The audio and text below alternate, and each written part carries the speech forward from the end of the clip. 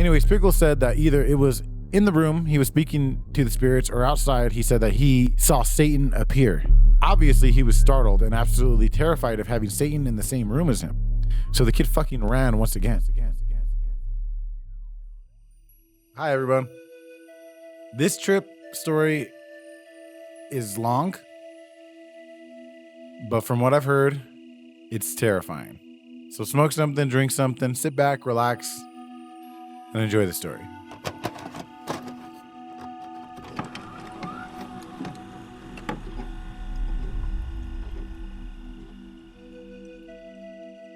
The author titled it, A Trip Only Imagined by Satan Himself. To preface, I've been meaning to document this story for quite some time, as it took a few years for me to even settle with what had happened to want to write about it. This is a completely true story that took place our freshman year of college in the great PNW. Our school was in wheat fields for all y'all locals to get a gauge of where this occurred. At the time of the trip, I had a lot of experience under my belt with all different types of psychedelics, other than DMT or 2CB. I was a fairly seasoned psychonaut for only being 18 years old. I believe at the time I weighed approximately 180-ish pounds and I was 6'3". My best friend at the time, we will call him Pickle. Pickle had absolutely no experience in psychedelics at all. He was about 5'4" and 130 pounds and also 18 years old. He often did coke, Adderall, and Oxy, but was never exposed to the psychedelic scene until he met me. We were quite the pair, getting absolutely trashed on the weekends and living up our college life up like real maniacs, LOL. One day, Pickle came up to me and told me that he wanted to try acid, and he knew a guy that said he had some fire tabs. If anybody ever tells you they got fire tabs, you should just run the other way. Chapter 1, Set and Setting and People. So to start this story off, I'd like to give a description of what everything looked like and where we were. I lived on the far side of campus, from the good side, where my other homie lived, we'll call him Watermelon. It was a Thursday, I believe, and we had just finished classes for the week. And not to mention that it was Halloween Day. I forgot until now that this happened Halloween Day, which might explain why this shit went so wrong for voodoo reasons, LOL. Anyways, I walked over to my homie Watermelon's dorm room. Let's call this dorm room the Lighthouse. Where I was supposed to meet up with Pickle and a couple other friends to get to the party started for the evening.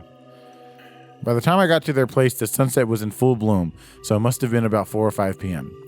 Pickle had been over at Watermelon's dorm room for a few hours till I got there. I came in and I say what's up to Pickle, Watermelon, and our other homie is there. Also, we'll call him Beanbag. They have 2 other chicks there also in the room who are pretty fine looking, but they're pretty unrelated to the story. All right. Some fine looking women, huh? Oh, that sounds related. The room we were in had a bunk bed opposite of the door where Watermelon, Beanbag, and the girls were sitting.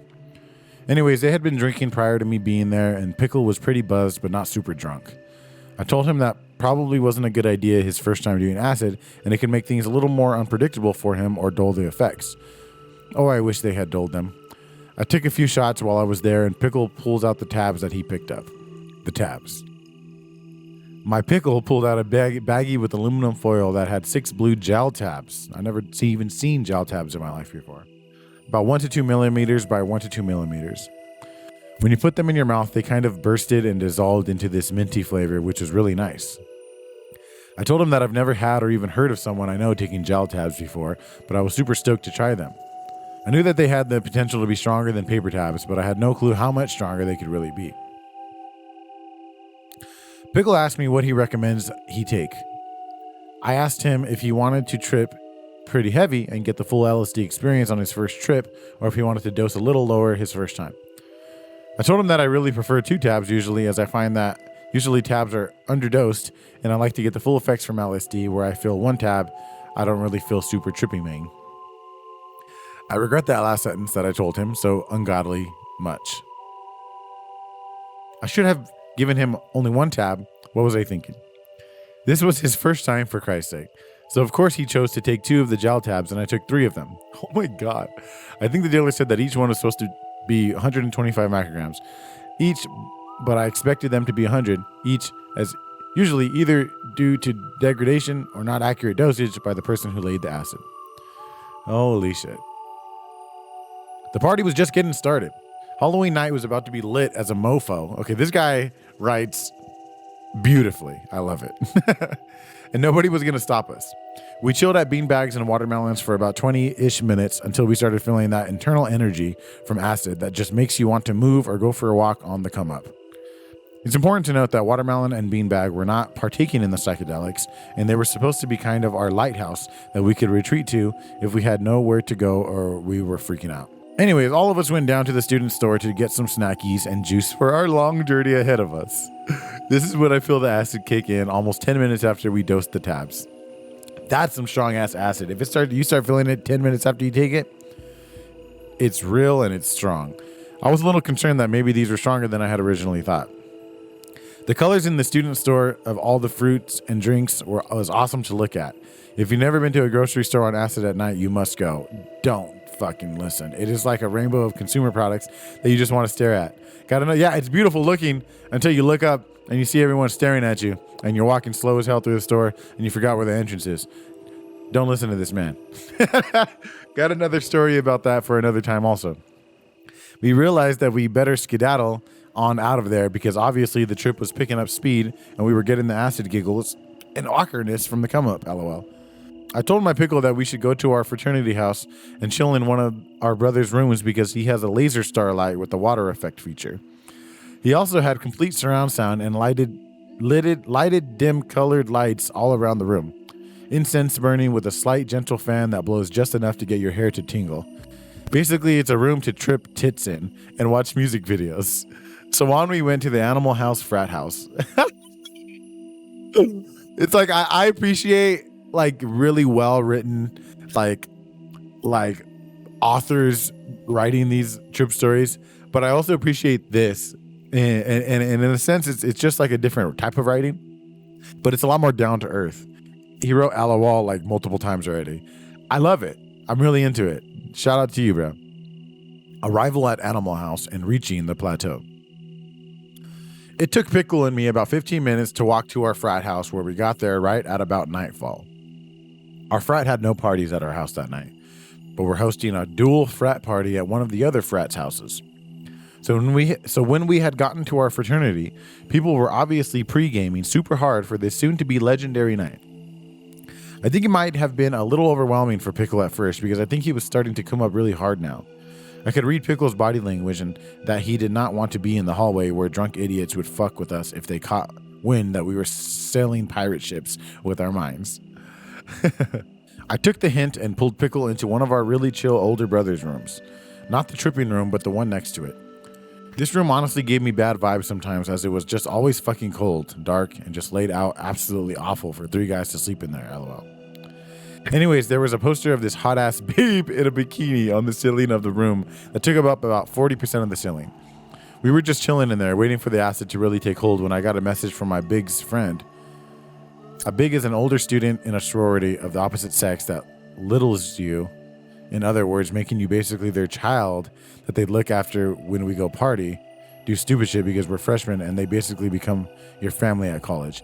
What? Colleges are weird, bro. You guys got some weird rituals over there. Anywho, my Big's friend, that was also a girl, wanted to come over and chill with us because she found out we were tripping and she thinks I'm really fun to be around when I'm roasting. This friend that came over we will call Bacon. Bacon had one of the worst laughs known to mankind, but she was a really nice person who looked after others. So I figured it would be a good idea for her to trip sit us because I by now could really tell that this was going to be a strong-ass trip. I looked up at the ceiling at the bikini picture and it looked so ungodly fucking real. Like I could just walk right through the image and be with her. It's awesome to look at boobs or attractive women in general on acid. I felt it stronger before Pickle and told him to get ready because these tabs are definitely dosed at or above 125 micrograms. Pickle was coming up strong, but he felt the anxiety begin to wash away like it does on the come up of an acid trip. I'd say now we were about 1 hour into our trip and we were starting to get really fucking hungry. So we left our little cocoon and went out to get some of the bombest tacos east of the Cascades. It was only about a 2-minute walk from our frat and we got there without hassle. Getting there was no problem, but once we were there were people absolutely everywhere. If I recall correctly, some drunk idiots were fighting about some bullshit near the entrance of the restaurant, causing a huge scene. Which I think once again further gave me a fight or flight response for Pickle. In the middle of ordering, he looked like he really didn't want to be there any longer, so I told him to go outside with Bacon and that I would meet up with them ASAP. Taking acid in the middle of a fucking drunken college campus sounds like the worst decision anybody's ever made. That sounds terrifying. We all linked back up and went back to the frat.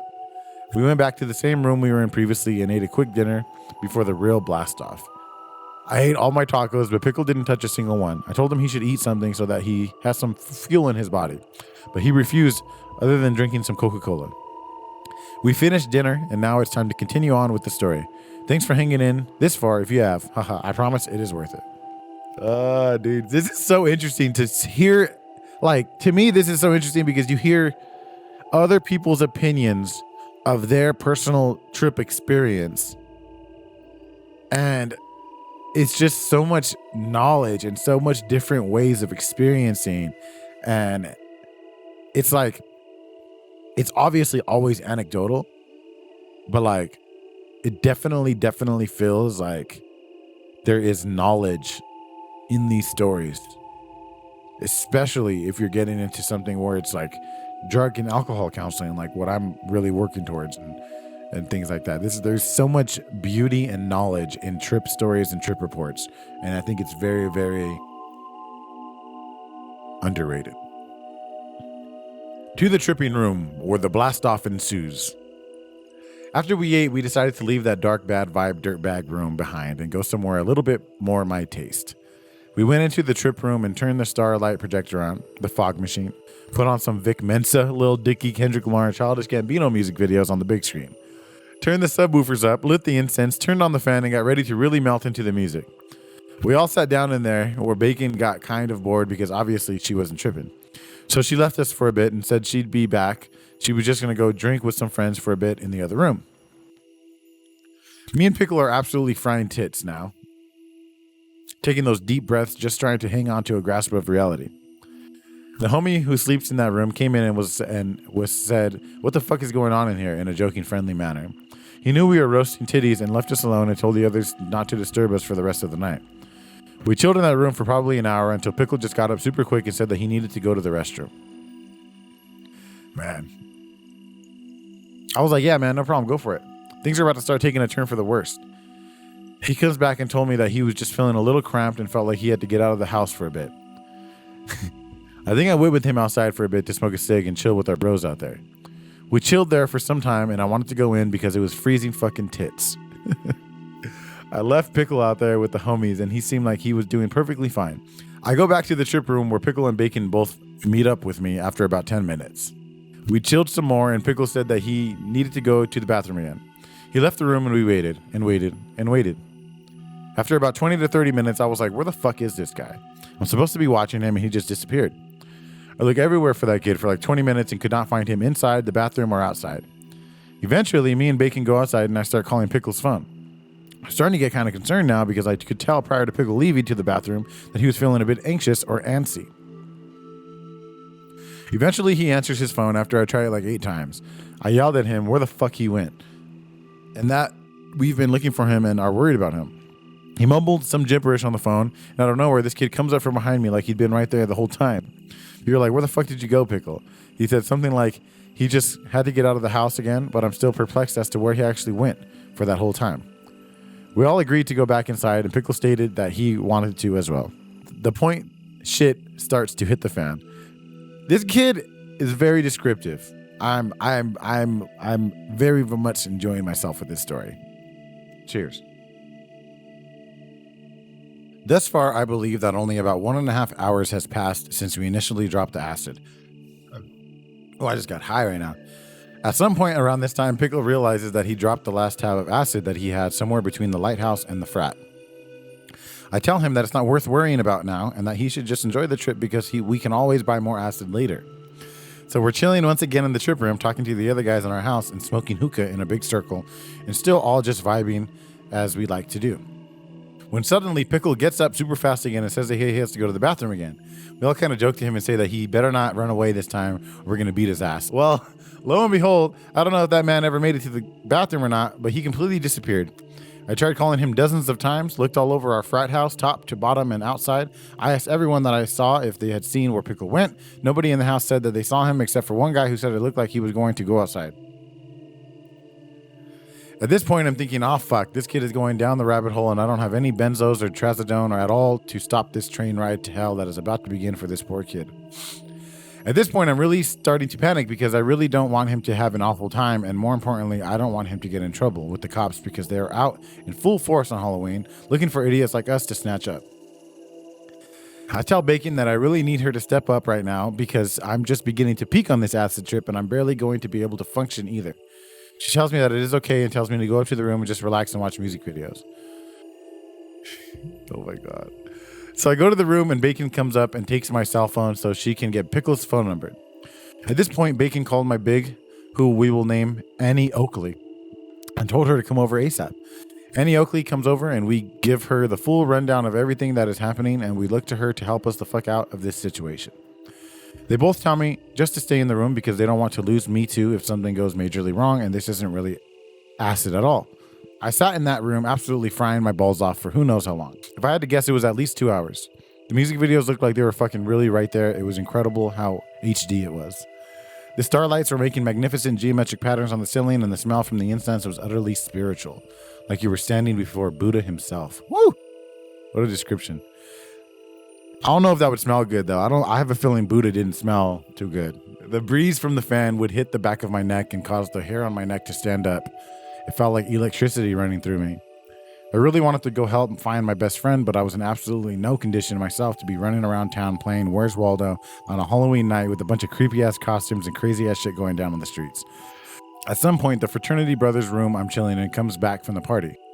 He's one of the chillest guys I've ever known, and I tell him about the crazy ass night that has occurred so far and how it's probably nowhere near close to over. He does the favor of informing the entire frat to be on the lookout for an AWOL French fry running around the city. The party ends up getting shut down because somebody pulled the fire alarm, but that shit was absolutely bumping, like that whole house was legit bumping. Lit ass times. Oh, how I miss them.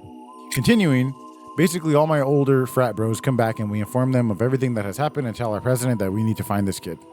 I think almost all of the guys ended up going out and looking for him, and the ones that were sober drove around with guys in the back on the truck looking for him.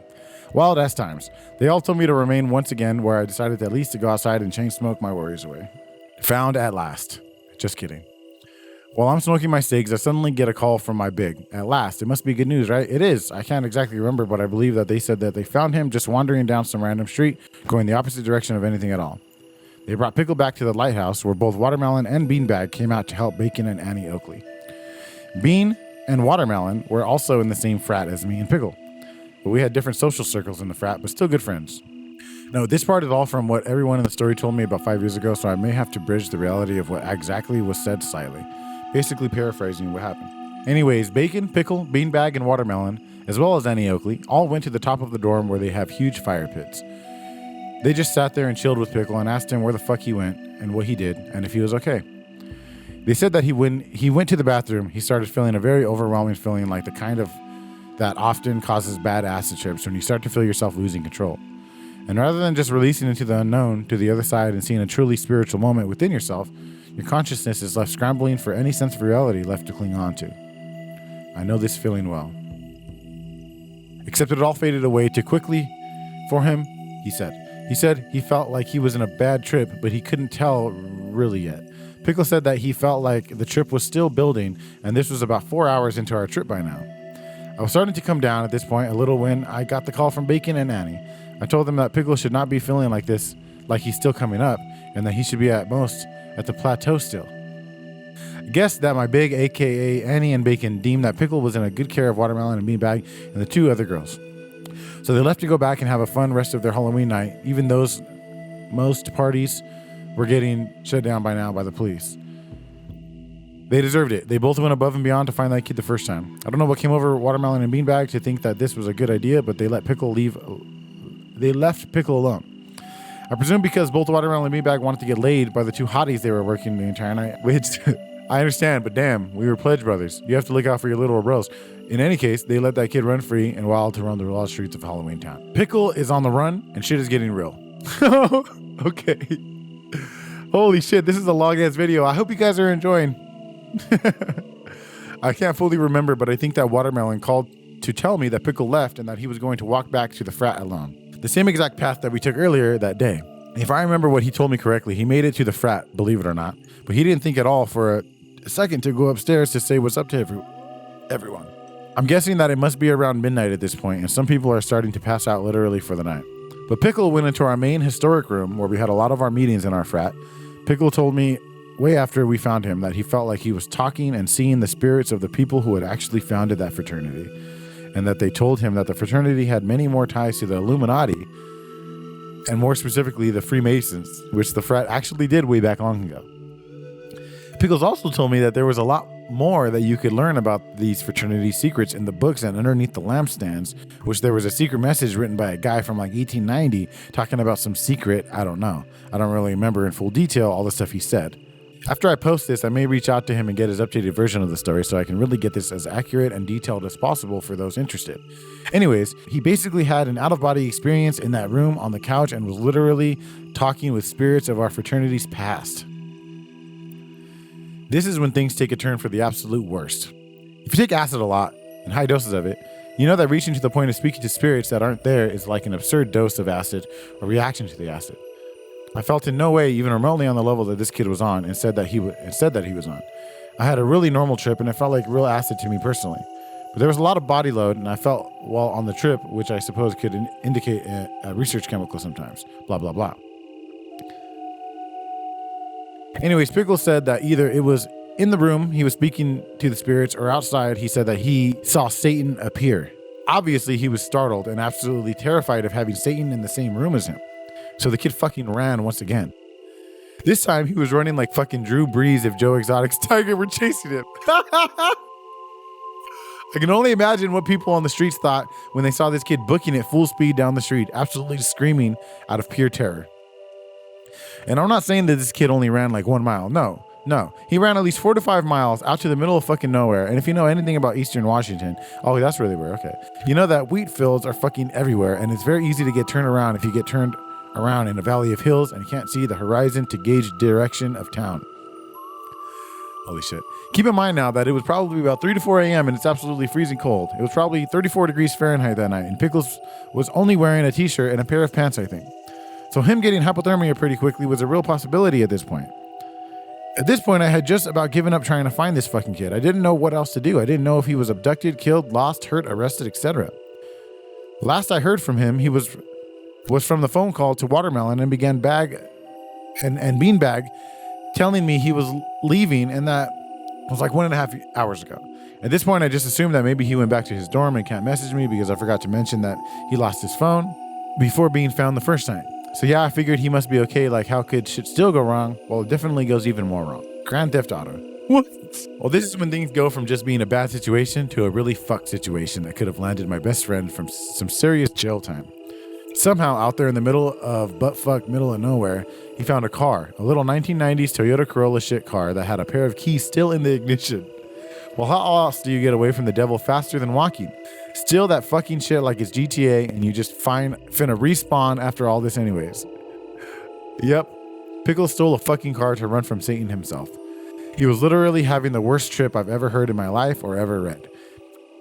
He ends up driving the car even further into the middle of nowhere at like 4:30 in the morning, where he said he saw Satan had finally caught up with him and he was sitting in the car with him.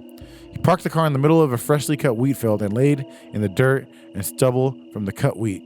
I guess at this point, Pickle's trip started to having a turn for the better. Pickles told me that here he had another out-of-body experience in the middle of that wheat field on a freezing Friday morning, but this one was different. This out-of-body experience was much more positive for him. He said that an angel had come and finally driven Satan away, and that he could close his eyes and feel the light and glow from the angel herself. At least he was free from the jaws of hell.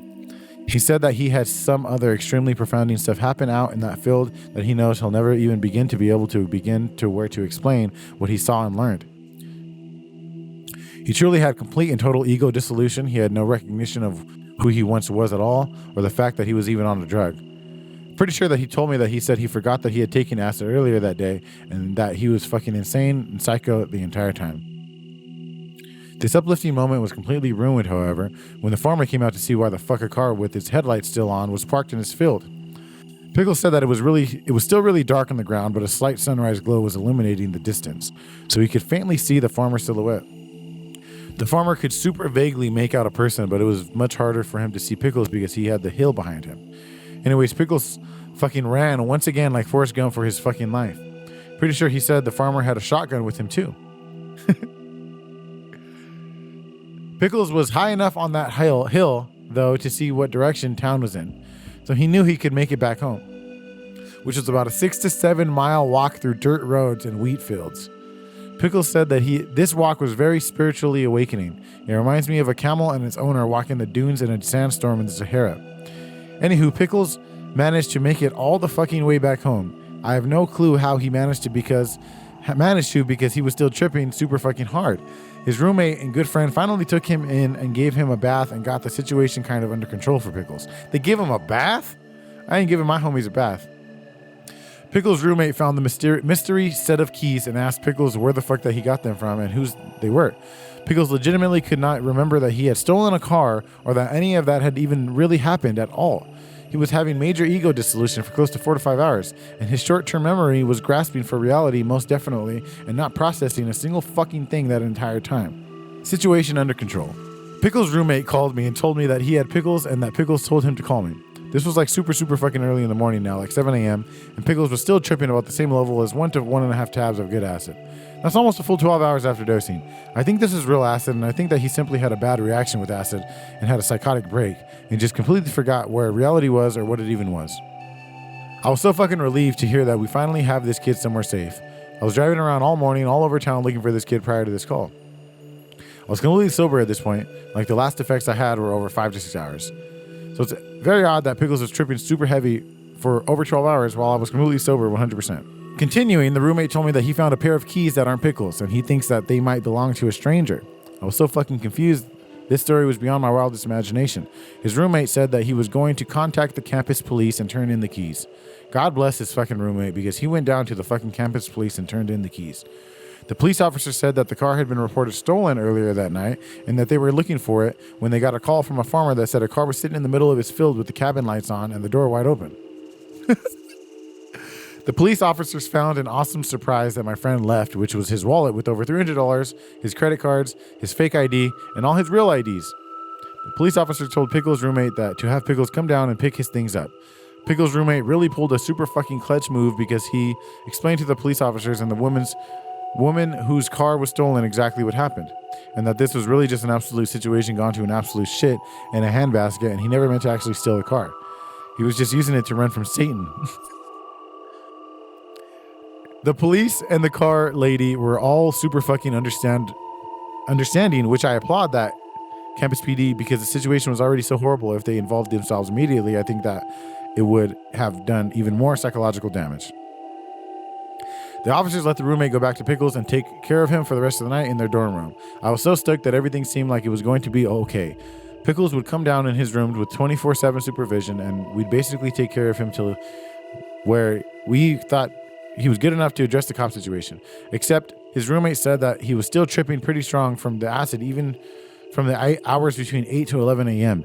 He's coming up on an almost 24-hour acid trip, something that is most definitely wrong.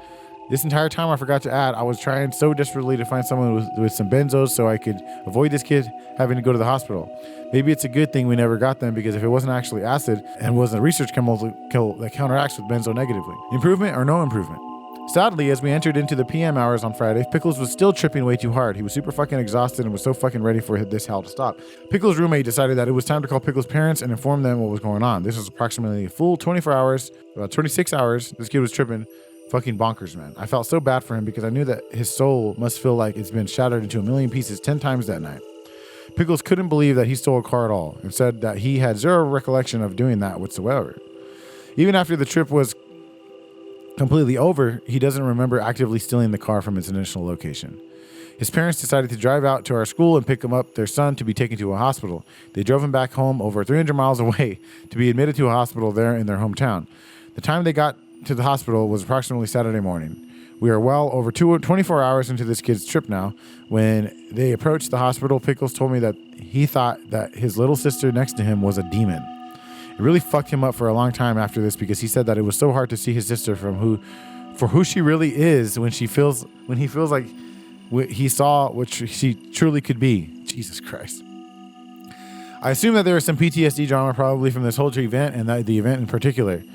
He loved his little sister and now he was afraid of her for no reason at all. Before they pulled up to the front of the hospital, Pickles tried to jump out of the car to get away from them while they were still driving over 40 miles per hour.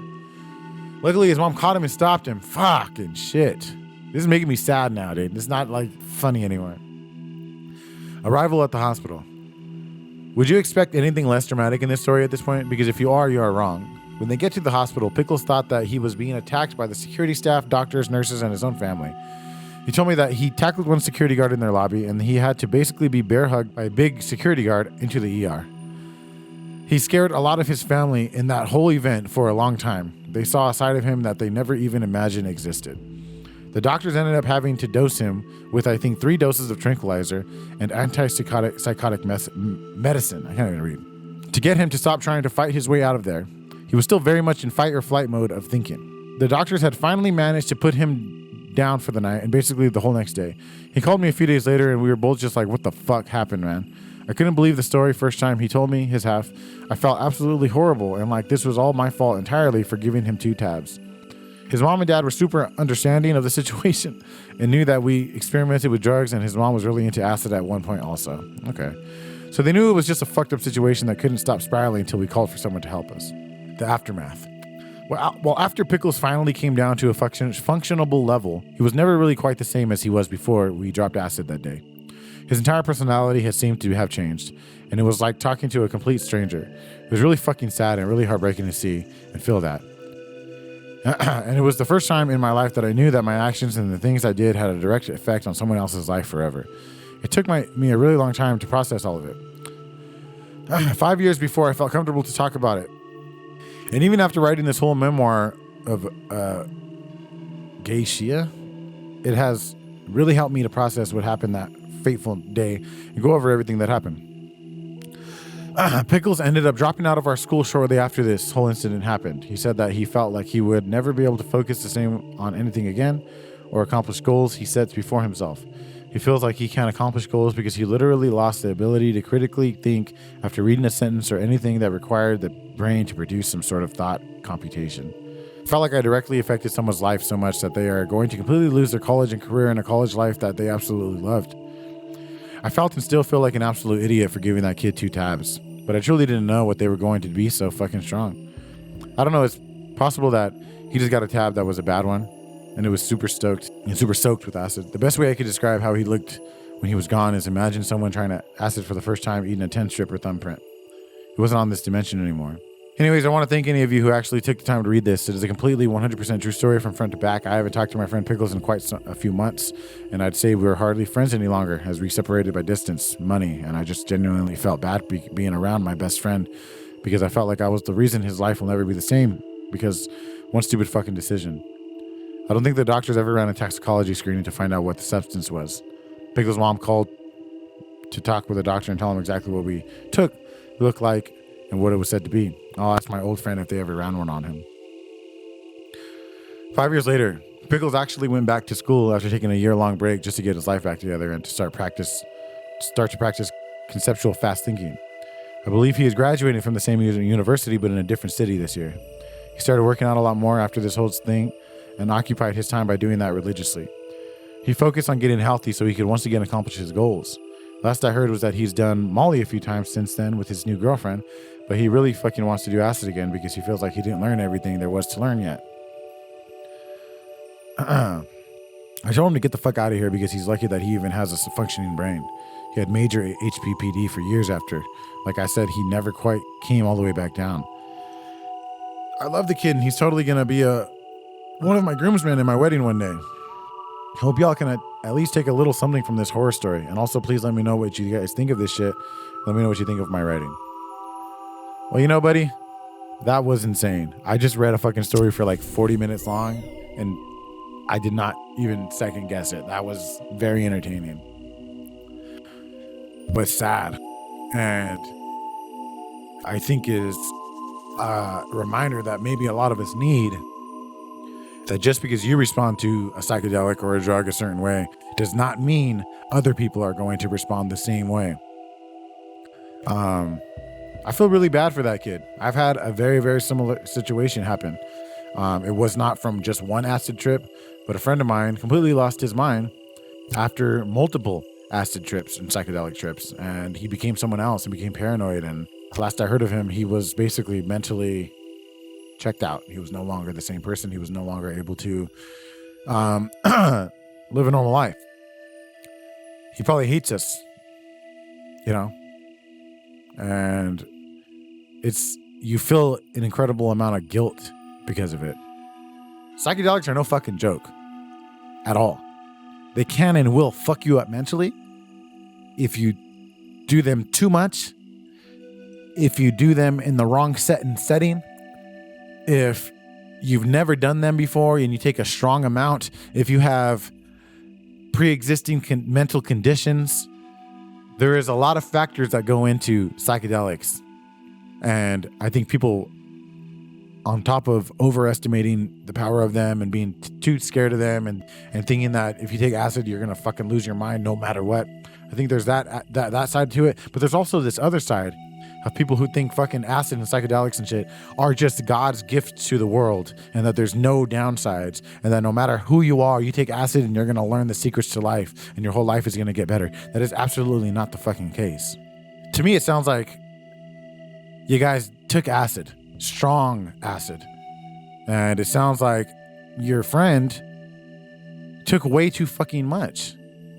And maybe that tab he said he lost, he actually ended up taking, and he forgot.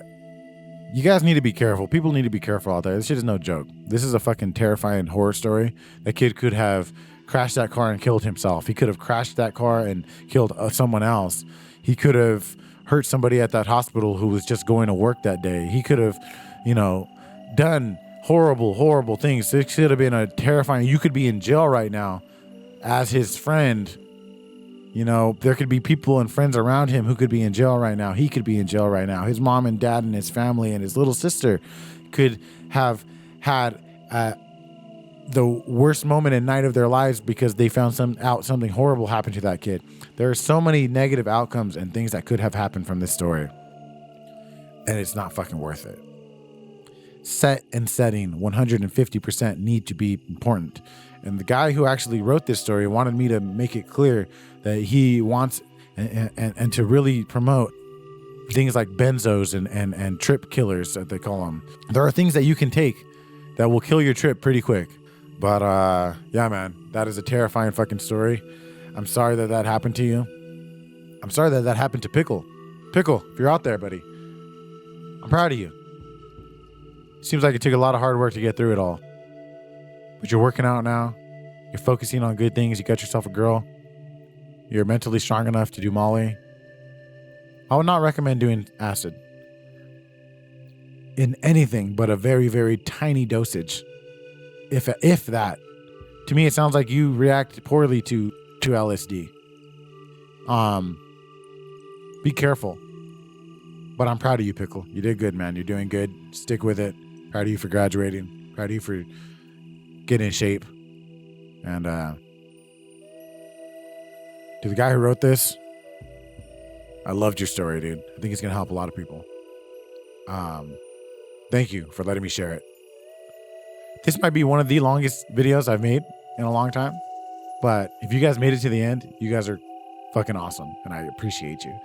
Please subscribe for more content like this. I'm going to be doing this a lot. I'm probably at least going to be doing 1 or 2 videos just like this a week, because this is so much fun and there's so much content and ways that we can tell different stories and help different people. So thank you guys so much. Check out audible484.com for the merch.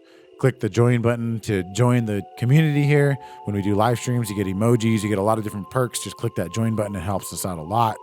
Give the video a thumbs up. All that good shit. Be happy. Be yourselves. Be careful. Take care of each other. I'll see you guys next time. Peace.